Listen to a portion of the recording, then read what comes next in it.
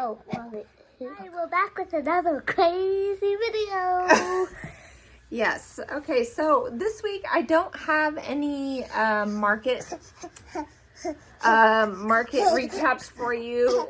All right, I've already had to restart this without any children because it was getting too crazy and I'd only just begun. Anyway, this is going to be a more relaxed, just what I've crocheted this week video.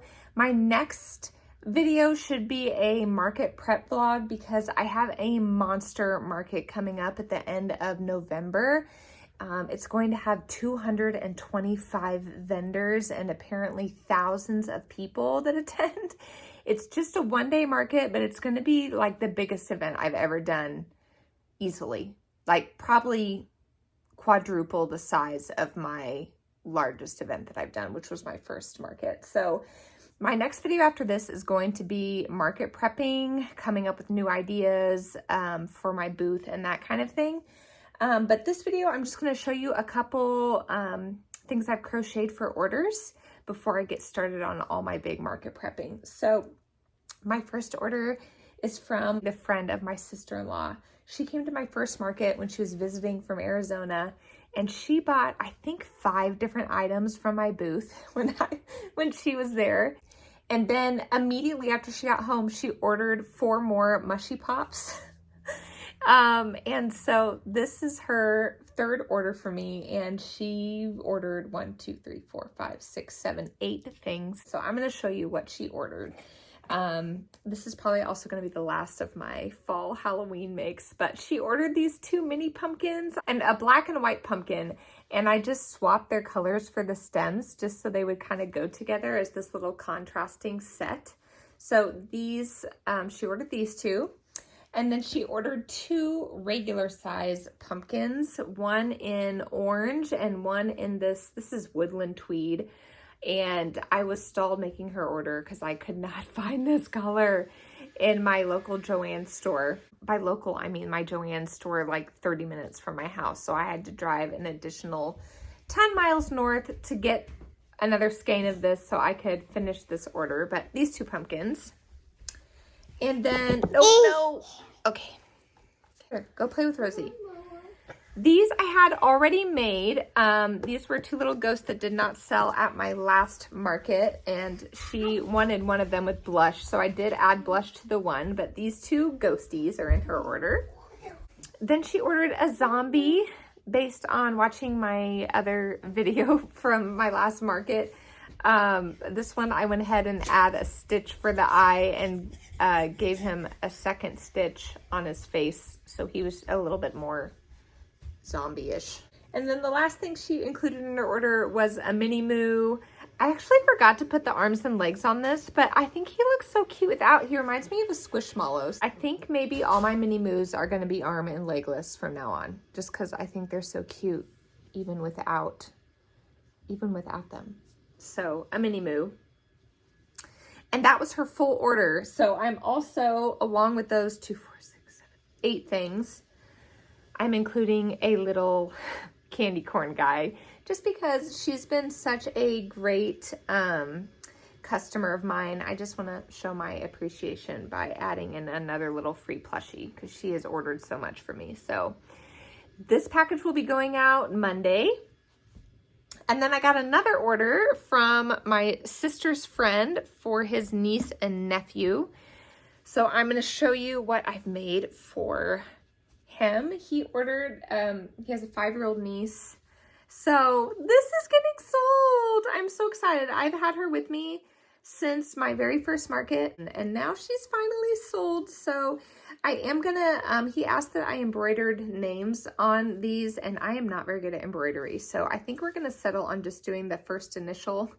So I think I'm gonna put her initial right here on her fin. And then along with that, I made for the first time ever this adorable jellyfish pattern. This is by Loops and Knots Crochet. I love her channel and I love her tutorials. They're super easy to follow. I thought this was going to be a royal pain doing all these little tentacles, but they actually weren't bad, and I really enjoyed making this. So I, of course, went out and bought more yarn to make more jellyfish the day after I made this. So I got some like the baby frosting colors from Bernat and kind of more of these like pastel shades to do more jellyfish. I think I'm going to do them with embroidered eyes and sell them at my next market for like market them towards newborn or baby gifts, just because babies can kind of hold on to these little, you know, twirly pieces with their little hands. This is going as a set with the mermaid. And then he ordered a dino combo for his nephew. So this dino is from Studio Phoebe 22, and I went ahead, I made the legs a little bit different of a shape, and I also crochet the spikes directly into the stuffy, and I make it go all the way down to the end of the tail. I think the original pattern just has them maybe this far. I also made the tail a little bit bigger, but the Studio Phoebe 22 pattern is free on Instagram. And then with that, on my hook currently, I am making a Brontosaurus. This is also a free pattern on Instagram. Of course, I didn't look up who made it, but I will put it in the link below. That will go together. And then he has one little 6-month-old niece that we just made this little strawberry for. So I'm going to embroider her letter here on the back. And then they'll have this little set. So this is my second order that I'm putting together. And then I'm going to show you what I've made for as far as market prepping. So I kind of stopped to finish those orders, but so I don't have a bunch done for my market, but I totally was completely sold out of my axolotls. So I've started remaking those. I've got 3 of the 6 done, and I might add another color for my axolotls. Obviously these don't have their gills and fins on yet. So I'm trying to come up with, since this next show is not a juried show, so I'm sure with 225 vendors, there's probably going to be a ton of crocheters, I would imagine. And as we know, we crocheters, it is an oversaturated market.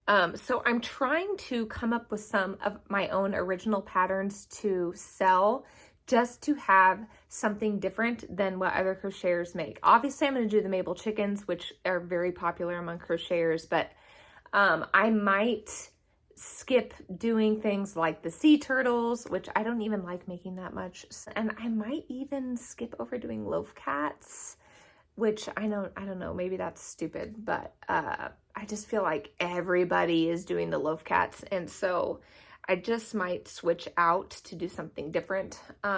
So one of the things I want to do, I thought of doing a sports section and doing mascots of all our local sports teams, colleges and professional teams. And so that's kind of my newest section of plushies that I'm going to be working on. Here's one of the first things I came up with. So we are in Kansas. So this is a KU Jayhawk. This is a Gen 1 KU Jayhawk. So I already have some adjustments I want to make. I think I'm going to make the red head 1 row taller.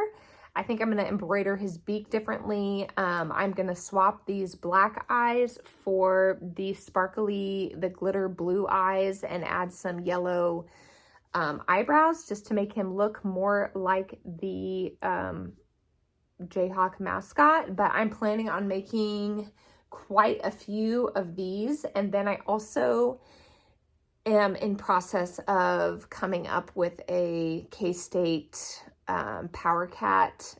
So if I do loaf cats, I think it's going to be in the K-State purple, and then also use the loaf cat pattern to make Missouri Tigers. Because we're in eastern Kansas, so we're close to the border between Kansas and Missouri. I think this pattern originally is like a little chick, like a little yellow chick pattern. And so I might make that pattern with a headband and hair and make Patrick Mahomes. Again, if you're not in Kansas, I'm sorry if you don't. Patrick Mahomes, even if you don't live in Kansas, you probably know who he is, right? He's the Chiefs quarterback that, was now the newly compared to Tom Brady, even though his season this season hasn't been the greatest. But He's still well beloved and known for his curly hair over the top of his headband. So I think I'm gonna make a Patrick Mahomes little yellow chick. And I also might try to make an Andy Reid, who is the Chiefs coach, little stuffy like this. Or maybe like an Andy Reid snowman, because this is gonna be, it's a Christmas craft fair, so I do need to have some Christmas themed things. So I might make an Andy Reid snowman. If you don't know who Andy Reid is, sorry. I have a feeling that most crocheters maybe aren't that big of sports fans. Maybe they are. Maybe that was just giving a stereotype there. But anyway, that is all that I've done this week. And I'm hoping next week to really get started making a bunch more of these, making a bunch more of my college mascot stuffies, and getting started building my inventory, which is super low after my last 3 markets. So that is up and coming, and I hope you guys are having a good week. Leave down below what you've been working on, and we will see you in the next one.